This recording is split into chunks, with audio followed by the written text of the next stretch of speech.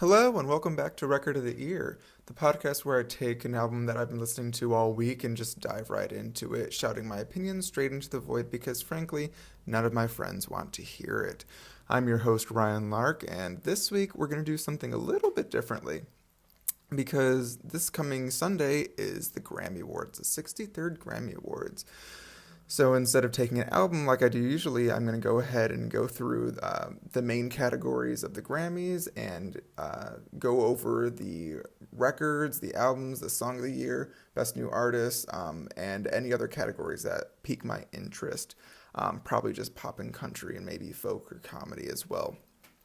But yeah, it might be a little bit long of an episode this week, so I apologize for that. But yeah, let's just go ahead and get right into it. There's not much background I need to give, so yeah. Insert guitar transition noise here. Oh, hello. Now, when I say the words waves, heavy, boat, ship, what word comes to mind? That's right, it's anchor. And what do all those have to do with anchor? Well, absolutely nothing. But what does have to do with Anchor is podcast, free, creation. Those are the words that come to mind when I think about an Anchor, because Anchor is a free app that lets you download and start your own podcast if you ever want to. It's the easiest way to make a podcast, and I'll explain. There's easy creation tools that allow you to record and edit your podcast right from your phone or computer. Anchor then will distribute your podcast for you so it can be heard on Spotify, Apple Podcasts, and any other site you want. You can then make money from your podcast with no minimum listenership, which is great for me because I have no listeners. It's everything you need to make a podcast in one single place. That's right. No need to go get an editing software, nothing like that. It's all in one place. It's perfect, easy to use, so go ahead and download the free Anchor app or go to anchor.fm to get started. See you there. Insert guitar transition here. For each category and each track or album or whatever, I'm going to give it a rate out of 10 and only based off of whatever the category is and not the recording and songwriting or cohesiveness, whatever it is. Just whatever the category is. So the first category is Record of the Year, and it's just a general category. And the first track is Black Parade by Beyonce. And it's a song that addresses ongoing racism in society and was dropped on Juneteenth in 2020. Obviously a very poignant time to drop that, especially last year. And the thing about this track, and I'm going to go ahead and predict that this is going to be my pick for what should win Record of the Year, because it beautifully blends so many aspects of black culture. The genres of hip-hop, electronic, African gospel are all distinctly heard and distinct aspects of this song, but they're all blended together despite, and like work together for some reason, because it's just such a technical feat to be able to do that it doesn't sound weird or bad.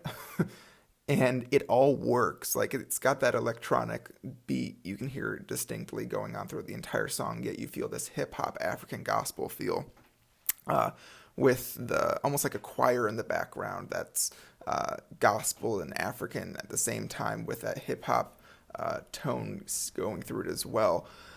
It's just done so well, and it works with the message of the song so well, lifting up the message, which is, again, what recording should do to lyrics. It shouldn't just be about the recording. It shouldn't just be about the lyrics. The recording should lift the lyrics off the page to really drive home and get the message across, really. And that's why this song does it so well. And it was released at such an important time. So I'm really going to have to give this like a 9.5. The second track nominated is called Colors by the Black Pumas.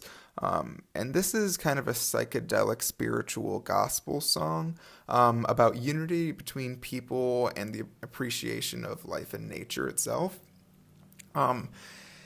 It's a very mellow, slowed down, like I said, psychedelic song. It feels very 80s almost. Their voice just is really special in this song. it's so smooth and soulful almost, and haunting in a good way, if you know what I mean. Like it's very resonating, and can obviously sing very well, very well. He's a very good singer, but yeah, I think the recording is really fun and interesting with this. It's it's about a 4 minute song, so it is a little bit long, but it's not one of those songs where you would get bored with it at all. It's just got a really good feel. It's a feel good song, I guess. Um, and for that reason, I'm probably gonna have to give it. I'll give it like a 7.5. It's a really good song. The third track nominated is Rockstar with The Baby featuring Roddy Ricch, and it's a song that addresses PTSD and gun violence. Um, it's got a very distinct, cool, and level tone to his their voices. That's very matter of fact, which is eerie, but also in a good way. Eerie in a way that's like, oh, like this is normal. This it shows how normal this explanation of his life is to him or to them. Um, it's got a really that it's just a really interesting feel, and it again like elevates it and makes it very personal to them as they sing it and or rap it.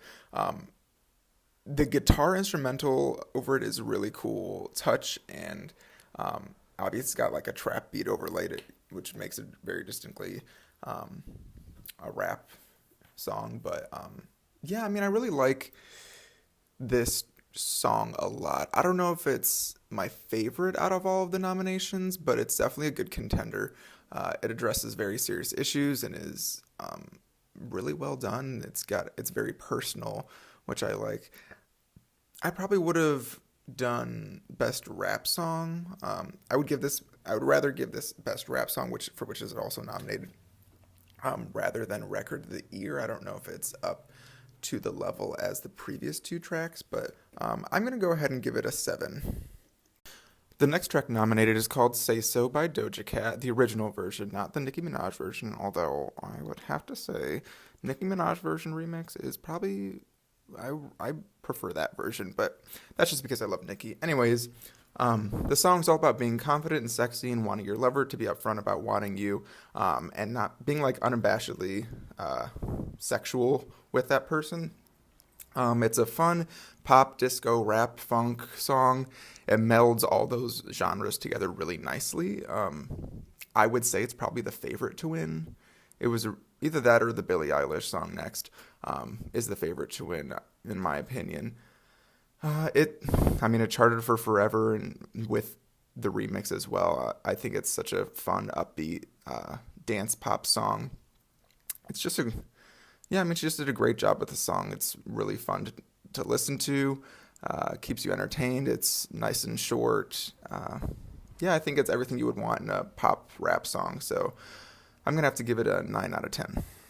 The next track nominated is called "Everything I Wanted" by Billie Eilish, and it's a song about a relationship with someone and their unconditional support that you get from that person.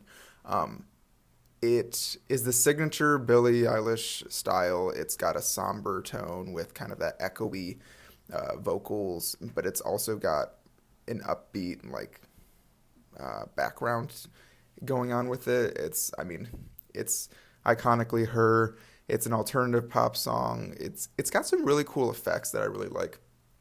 Billie always does that with her songs. She's not afraid to use like weird sounds or effects in her music. So when she says "when my was underwater," she's got that weird kind of effect that makes it sound like it's kind of muffled, that she's not actually underwater, which gives it a really cool feel to the song. Um, it's not my I'm not a huge Billie Eilish fan, which is probably why I'm a little biased against this song, but it's a little first thought for me for effects, and it's kind of like, okay, yeah, I get it. You're trying to make it sound like your head is actually underwater and stuff like that, but it just, I don't know, it's just rubs me the wrong way. So I don't love the recording of this. I think it's obviously very well done. It's very well thought out, but it's just not my favorite. And I think there's probably other songs on this nomination list that I prefer to this one. But again, maybe that's because I'm not a Gen Z who loves Billie Eilish. I don't know. Maybe I just don't get it. But I'm going to have to give it an 8. The next track nominated is Don't Start Now by Dua Lipa, and the whole song is just her telling a former lover to forget the previous relationship. It's a fun pop disco song, very disco inspired, obviously. It's got a very signature style like Billie Eilish. Dua does at least. And it's just very well done. It sounds almost like it was recorded live, oddly enough for me. It's just got that feel to it, which I think adds a level of excitement to it for some reason. But yeah, I just really like the recording of it. It's able to have a distinct disco feel without feeling like it's from the 80s or whatever. It still sounds new and fresh, probably because of the synth and stuff like that. But it's just a very fun song, and again, it's very Dua Lipa. So I'm going to have to give it probably an 8.5. The next track is Circles by Post Malone, and it's kind of a soft rock pop song about constantly breaking up and getting back together with someone, which is the circle. It's got that upbeat, melancholy feel that Post Malone has, that Billie Eilish also has. It's a really fun, smooth, easy listening song. I don't know why whenever I listen to it or hear it, I always imagine it's like it would fit so perfectly in a soundtrack on a movie where it's just like a scene of someone driving. I don't know why I always picture that. I feel like it's just such a song that would go well with that. It's because of the easily listening aspect of it, I guess. But it's a good song. It's a really fun, palatable song to a wide audience, I would say.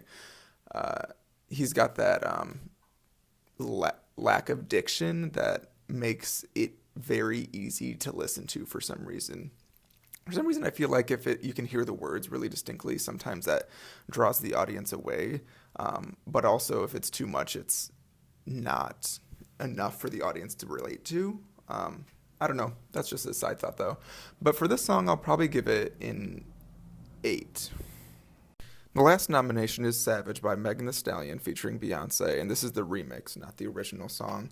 The song's message isn't anything unique. It's about her being self-confident, and Beyonce talking about women empowerment and being, quote, savage. It's a classic hip-hop vibe without being dated, which I think is very easily done by Megan Thee Stallion. That's like her signature style. Beyonce adds a really fun flavor to this song, actually. Basically changed the entire original song to an entirely different feel. It's just a really good hip-hop classic feel song. It's got all those fun textures that Beyonce is able to do. She can kind of teeter that line of being cheeky as well as being serious and empowered. It's just got a really fun feel to it, and the two recording together did really well and melded really well together, so I'm going to have to give it probably an 8 out of 10. Which means, looking at all of the scores of the tracks, the winner that I would say of Record of the Year would go to Beyonce for Black Parade. The next category is Song of the Year, and I'm just going to quickly go over the songs that I went over in the previous category that are also nominated for this. Black Parade by Beyonce is nominated again, talking about ongoing racism in society. I'm going to give it an 8.5 for songwriting. Everything I Wanted by Billie Eilish is on here again. 8.5 I would give it. I think this is way better lyrically than it is recorded specifically. Don't Start Now is also on here by Dua Lipa, and I'm going to give that a 7.5 out of 10. About telling a former lover to forget their previous relationship. And I think that's all the repeats. But anyway, on to the next songs. The Box by Roddy Ricch is nominated for Song of the Year as well. It's all about newfound success and money and his specific experience. So I think for that reason, it's a lot more personal, and even though it's not a relatable message or relatable lyrics, it's it still connects to the audience because it speaks to his experience, and I think he did a really good job at conveying those feelings and experience. So I'm going to give it a 7 out of 10. The next track nominated is Cardigan by Taylor Swift, and it's all about young love and a lost love that fixes in your mind forever, and why specifically young love sticks in your mind for more so than when you're older. It's Taylor Swift is definitely more of a lyricist and a songwriter than a singer, I would say. And I think she does a really good job of conveying that message and telling it in a really interesting way through Cardigan, and how she feels like a cardigan sometimes that's thrown out and discarded, but also picked up whenever that person wants to try it on. Yeah, I think she did a really good job, so I'm going to have to give her an 8 out of 10. Circles by Post Malone is also on here. I forgot to mention that. It's, again, about constantly breaking up with someone and getting back together with them, and I'm going to have to give it lyrically an 8.5 out of 10. I Can't Breathe by Her is the next nomination for Song of the Year, and it's a very poignant song about the ongoing injustice against the black community, specifically targeting the George Floyd injustice and talking about that a lot. It is very well written and very, what's the right word? Upfront, and it doesn't try to weave the message through this convoluted way. It's very upfront and blatant about it, the injustice, which I think that stark, I don't know what you call it, just being so upfront about it and not trying to use a metaphor or anything, it really makes the message clear and really makes the message ring true and come into your ears better, because it's a very important message and you're not beating around the bush. It's being so upfront about it makes it seem like, yes, there's no beating around the bush. There's no reason to wheel your way out of this. We need to talk about this now, and we need to talk about it honestly. And I think the way she did it, or they did it, it was very impressive, honestly, because it talks about it in a very sad and honest way and serious way that makes you realize everything that's going on and how the community feels about it specifically, which is hard to do in lyrics that it's hard to do that and not put people off to the song. So I'm going to have to give it probably a 9 out of 10. Oh, blunt. That's the word I was thinking of. The song is very blunt about the injustice that are happening in a way that's not trying to hide it and being honest about it. So, yeah, again, I just think it's a really good song lyrically, specifically. The next track nominated is If the World Was Ending by Jp Sax featuring Julia Michaels. It's a song all about wanting to be with someone through tragedies and make sure they're okay, and wanting to be there for someone and them be there for you as in return. It's a really sweet, cute song written and recorded. I like the recording a lot. It's very light and sweet. But lyrically, I don't know if it's my favorite on this list. I feel like it's been done before. I can't think of a specific instance that's sounds written similarly, but the message and the way it's written, I don't know if it's groundbreaking. I don't know if I would even nominate it for Song of the Year, but yeah, I don't know. I'm going to have to give it probably a 6.5 out of 10. So looking at all the scores that I gave out for Song of the Year, the one that won and has the highest score of 9 out of 10 is I Can't Breathe by Her. So congratulations, Song of the Year. The next category is Album of the Year, and the first album nominated is Chilumbo by Jhené Aiko. It's a neo-soul R&B album, kind of that old soul feel, but it's new and fresh and fun, and she's definitely got a strong R&B roots. The album itself has a cohesive message and story, which I really enjoyed. It focuses on the ups and downs of life after breakup and kind of transitions slowly through the album to becoming a stronger person and growing from the experience. Something I really like about the album is that the songs flow nicely from into each other.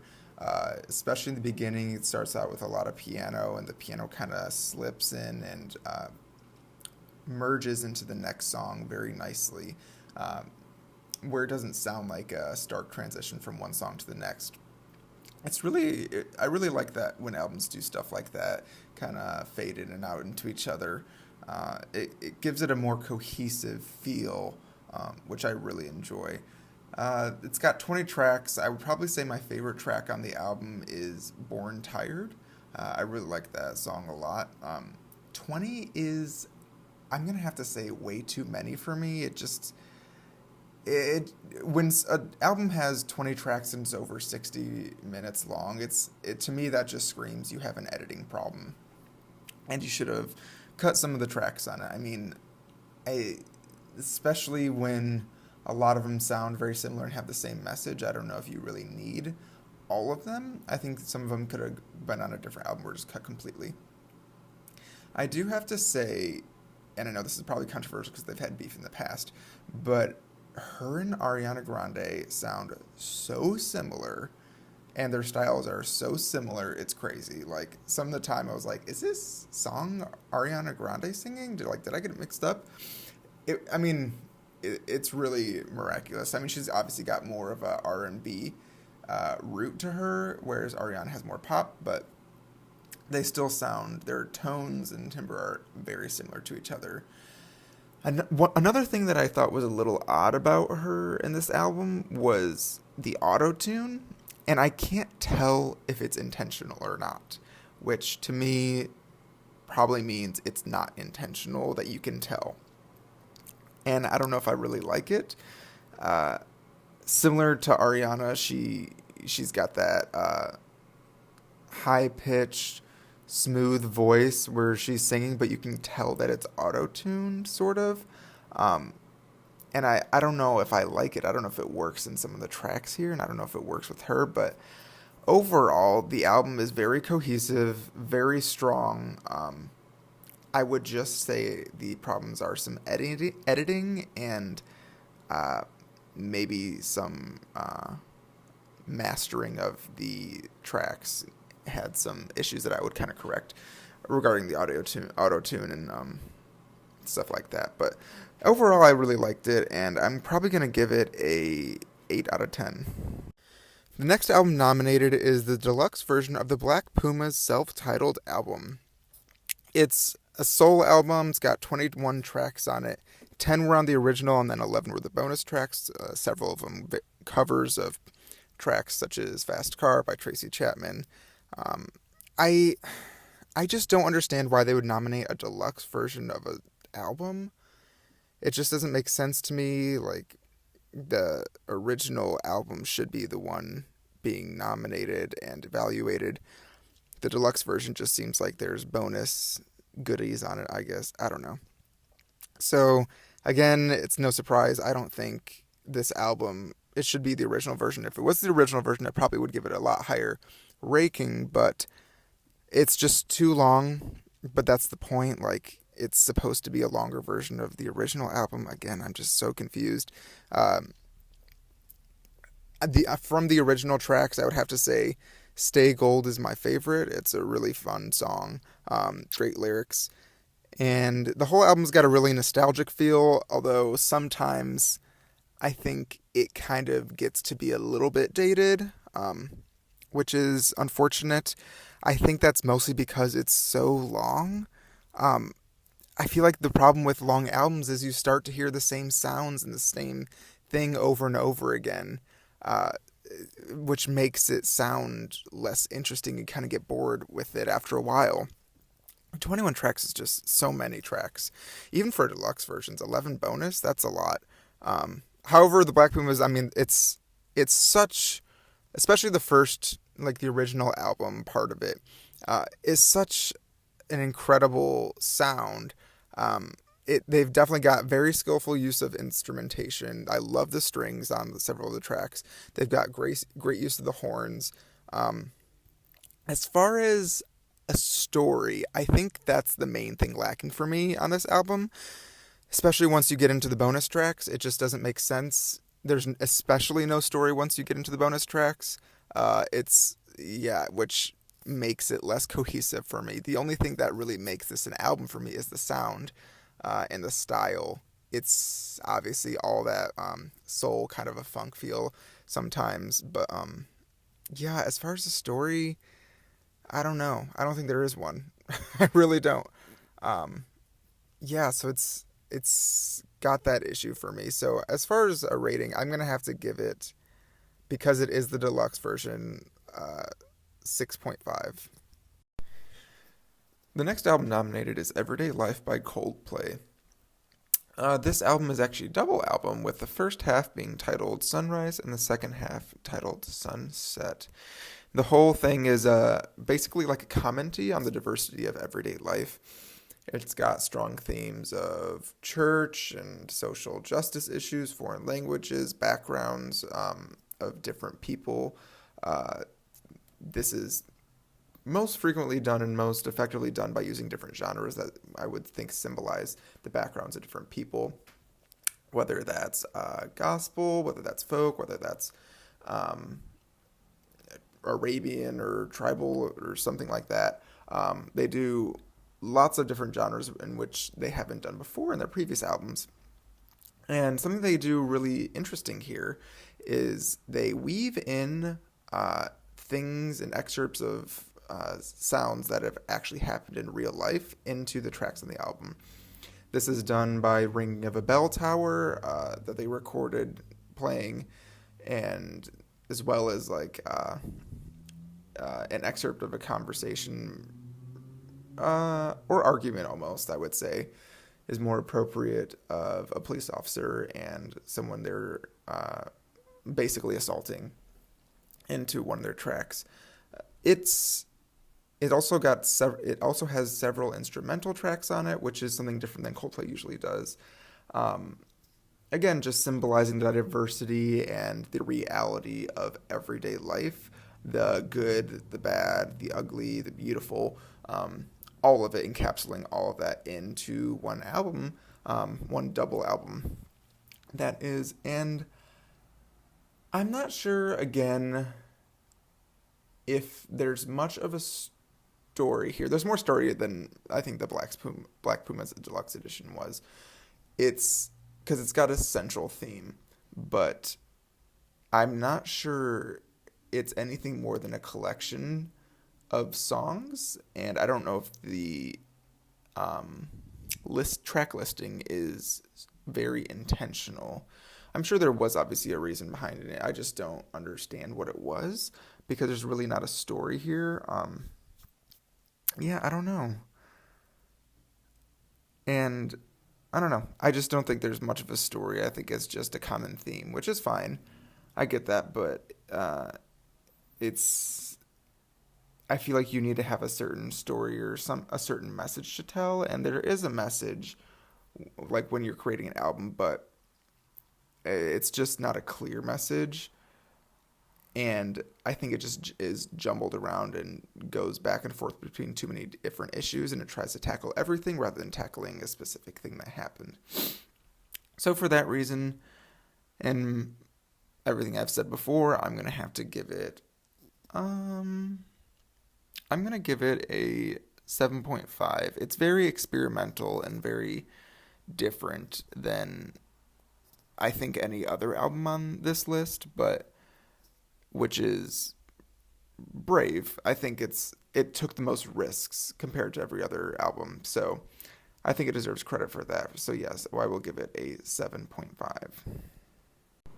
The next album nominated is Jesse Volume 3 by Jacob Collier. And this is the third installment of his 4-album project. This one focuses more on negative space sounds, according to him, where it's a lot of EDM, pop, funk, R&B, exploring a lot of electronic sounds. It's a little abstract for me. I don't really understand I don't understand it. I don't really know what to make of it, if I'm being quite honest. There's a definite theme of love running through it, but I don't know other than that, and other than the electronic negative space inspiration behind the album, like what the cohesive story is, I don't think there is really a story, honestly. I don't think that was an intention at all to have a story, which confuses me a little bit because I feel like you need a perspective. But I mean, it's all up to the musician, I guess. There's 12 tracks on it. Um, I think it's a good length. I think it's edited down to a good amount of tracks that sound different enough from each other that there's not anything that sounds like it's repeating itself. I have to say, Running Out of Love featuring Tori Kelly is my favorite, probably just because I love Tori Kelly an immensely amount. She's got a beautiful voice that paired nicely with his. Yeah, I mean, I really just don't know what to make of this album. It sounds good. I mean, that's all I can really say about it. Uh, it's not a bad album by any means. I just don't really understand it, which is fine. I think I don't have to understand everything, but that's just gonna put me biased against it. So I'm gonna give it uh, probably like a 6.5. The next album nominated is Women in Music Part 3 by Haim. It's a pop punk hip hop album that's got a couple little dollops of flavor of different genres in there as well, like country and funk and stuff. But uh, it's got great harmonies, which is what which is what Haim does best. Uh, Something different that they've done with this album that I really like is it's very gritty and talks honestly about their feelings and experiences, which is kind of like, okay, yeah, that's not special, but the way their writing, I would say, particularly is very good on this album. Which I know I'm supposed to be looking at the cohesiveness of the album, or I have been, but I think it's just uh, it's worth noting how good the writing is on this album. I really like it. They're really good at. They're all three of them are very good songwriters. Particularly, my favorite song is "Man from the Magazine," which is actually where I believe this album title came from. Was them being constantly asked, "What's it like being a woman in music?" Which is such like an eye roll question, and I love that they took that and made it the title of the album. But anyways, um, yeah, it's very gritty, but not in a put off way, and it just shows um, how talented they are of writers because they're able to take something like kind of abrasive, um, like using profanity, but not in an off-putting way, um, and make it like work and make it sound good with their beautiful harmonies. Um, yeah, it's just really talented and testament to their talent. Um, the album inspiration was from each of the three sisters had a personal trauma that they were currently experiencing, depression, recent diagnosis of diabetes, and a friend passing away. And that was kind of the inspiration that led to this song or this album being produced. Uh, and I think that's probably why it's a lot more gritty and talks very openly and honestly and bluntly about their issues. It's got 13 tracks on it. There's also three bonus tracks, which I don't know why there's bonus tracks on the original album, but whatever. Um, I didn't listen to the three bonus tracks just because it's 13 is fine, and I don't want to listen to any more uh, repeats because Gasoline is again on there, but with a Taylor Swift feature, as well as 3 a.m. with the Thundercats. But I think it was good. It's a good length. The songs all go together. It's very cohesive in that way. But again, there's not really a story here, which I'm finding a lot in these. So that's kind of gonna. I just don't understand why that's not more of a consideration for people. And maybe it is, and I just don't know. And if you know, please let me know. I just don't know why someone wouldn't have a story that they're trying to tell with the album. Like, in my opinion, that's like the whole point of an album is to tell a story and not just have like a collection of songs that kind of go together. I don't know. I think it's a missed opportunity. So I think it's good. I like the album a lot. Very enjoyable, very beautiful, and moving. But again, cohesive. I wouldn't say it's special in that way. So I'm gonna give it a. I'm gonna give it a 7 to 7.5. The next album nominated is Future Nostalgia by Dua Lipa. It melds disco, dance pop, with kind of classical sounds like strings and electronic music perfectly. It's really well done. The sound works so fun. Um, it's it's the whole inspiration for it was the transition from nostalgia to the future, which makes sense with the strings and the dance pop that kind of mixes with the electronic music. It works really well together. It's like the older sounds of the beginning of her generation with a modern twist, which is really fun. And again, works really well together on this album. It's got 11 songs on it. It's very succinct. I think it's edited down very nicely, which I appreciate. Again, I don't really like it too long of an album. So this one's very succinct and nice. I like it a lot. My favorite would probably be Love Again. I think especially the writing on this track is exceptional. Obviously, a lot of thought was put into it. Yeah, I think this is probably one of my favorites out of the list. So I think it's just done really well. And as a whole concept, again, there's not much of a story other than the inspiration of that transition and from nostalgia to the future. And I don't know. I mean, maybe I just need to wrap my mind around a different concept of what an album should be aside from like a storytelling, but I don't know. I think again, like I said before, it's just a missed opportunity, and I don't know why people don't put more thought into it, or maybe I just don't understand what their message is for the album. But I think Dua did very well here. There just wasn't that much of a story for me, so I'm gonna give it a 7.5. The next album nominated is Hollywood's Bleeding by Post Malone. It's kind of his classic style of hip hop and alternative music combined. Again, like Post Malone is known for, it's got great hooks and melodies. The writing is not particularly exceptional, which kind of tracks with his previous works. It's 17 tracks. My favorite would probably be the title track, Hollywood's Bleeding, the first one on the album. The thing here that I really do appreciate is that it does tell a story, and it tells a story very well. Although I would probably rearrange the track order to make it tell a more clear and more compelling story, but that's just me. So half the songs are about partying and the toxicity that he's experienced with the Hollywood club scene and kind of the music industry and stuff like that. And then the second half of the songs are kind of more introspective and talk about how he's changed and handled the fame, the music industry, the partying scene, everything like that. And it really works because it kind of has, I mean, that hip hop alternative classic Post Malone style is very iconically in clubs and stuff like that. So it's just, I think it all just works really well. Like the writing and the story works, so it like merges perfectly with the message he's trying to tell. Like it just all makes sense, and I think it's done very well. Again, the only thing that I don't really particularly love about this album is the writing. I don't think it's anything special. In fact, sometimes I think it's kind of lazy. But I mean, obviously he's known for his melodies and hooks and stuff like that. So that's what he does exceptionally well in this album. And so, yeah, I think overall, I think it was a great album, and it definitely deserves to be on this list. So I'm gonna have to give it, I'm gonna have to get it like an 8.5.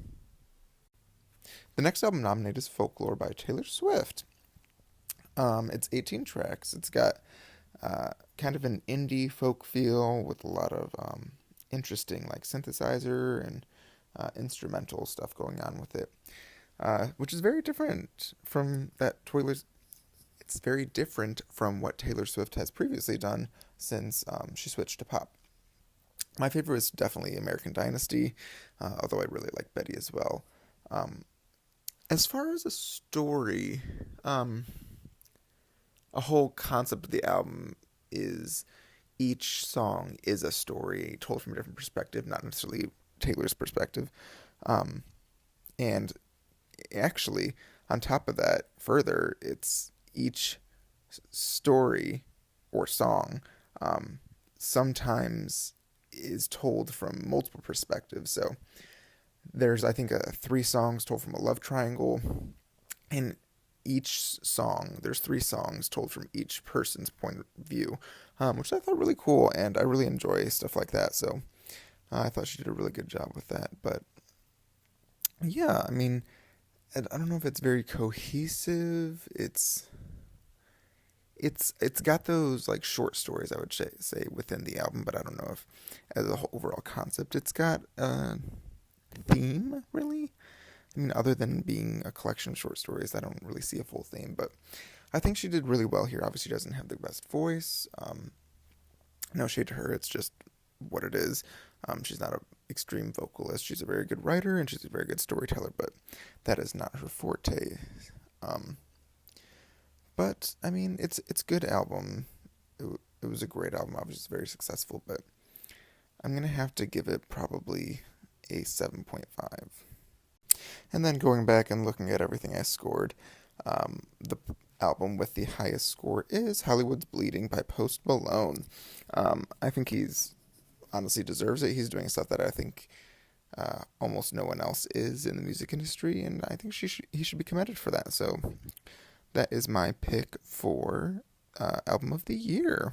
The next general category is Best New Artist, and I'm not going to rank these because I don't think that's fair or appropriate because they're actual individuals. I'm not going to give them a score as an artist. That's just a little weird to me, but the nominations are Ingrid Andress, Phoebe Bridgers, Noah Cyrus, Chica, D Smoke, Doja Cat, Kaytranada, and Megan Thee Stallion. Um, to me, I think the way I would look at this is who has had the biggest impact on the music industry and who has had changed the music industry the most in the past year. And I think that's definitely for me, Megan Thee Stallion. I think she's really come onto the scene very strong. I think she's changed the music industry for the better over the past year more than any of the other artists on here. She's impacted pop culture more than any other artist, I would say. She's had probably some of the biggest songs. I mean, WAP, although it wasn't nominated for anything, was easily the biggest song of the year, I would say. So yeah, I mean, I would definitely give Best New Artist to Megan Thee Stallion, even though she's not a new artist at all, but that's a different conversation. So that's my pick for Best New Artist. So those were the general categories, and I'm going to go over some of my the other categories that I'm just interested in and that I'm paying attention to. Although I'm not going to get too much into it because it's already been a long time looking at all the other categories. So for the pop category, I'm going to look at Best Pop Vocal Album, and the nominations are Changes by Justin Bieber, Chromatica, Lady Gaga, Future Nostalgia by Dua Lipa again, Fine Line by Harry Styles, and Folklore by Taylor Swift. And my pick that I say deserves it the most would probably be Dua Lipa, Future Nostalgia, although Taylor Swift's a close second. I really think Future Nostalgia deserves it. That album, it hit right when quarantine started, and I think had it not been for the timing, it would have been a lot bigger album, even though it was already a big album. So I think it's the best pop album for me.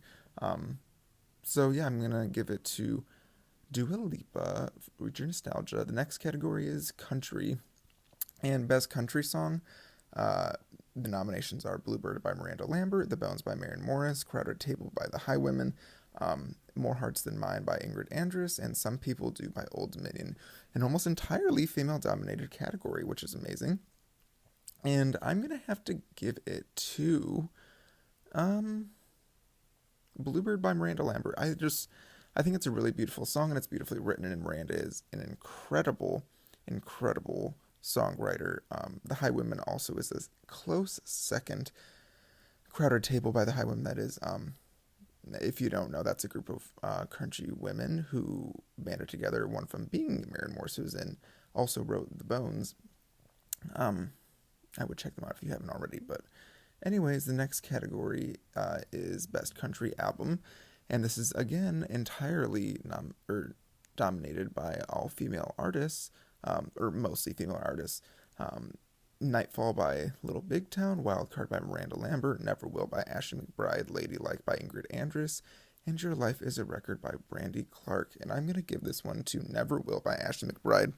Ashley McBryde is an incredible country artist. She's a wonderful songwriter, has lovely vocals. I think she's so great, and really deserves this. It's a wonderful album and very personal. It's a very emotional and obviously personal album to her. So, yeah, I mean, I think it's easily the best one out of that list, although Brandy Clark's Your Life is a Record is a close second as well. So yeah, those are my picks for those. Now, I'm also going to go over what I'm rooting for.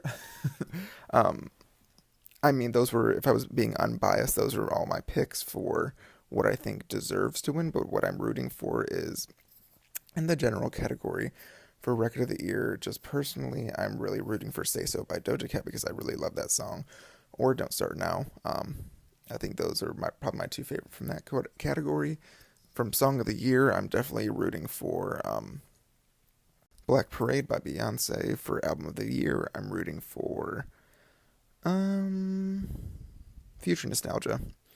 And for Best New Artist, I'm probably rooting for Doja Cat, even though I like Megan Thee Stallion. I just think Doja Cat is probably my favorite of those all those artists. Yeah, so those were all my picks, biased and unbiased. Make sure you tune in on March 14th to watch the Grammys and see who actually wins all the awards. I'm hoping that I got at least some right, whether those are the biased or unbiased opinions, but yeah. Please feel free to reach out on Instagram at Record of the Year Podcast. That's year without the Y. And let me know your opinions on what you thought I got wrong, what you think I did unfairly, what your picks are personally, what you think deserves or you want to win, or if you think the Grammys is just BS. Yeah, it entirely is, and that's a definitely fair viewpoint, especially lately. It's been a hot topic, but yeah, or feel free to reach out on a review. I always look at those as well, so thank you to everyone who has written a review so far. Please give me 5 stars and just let me know your thoughts. Until then, I will talk to you guys next week. Bye.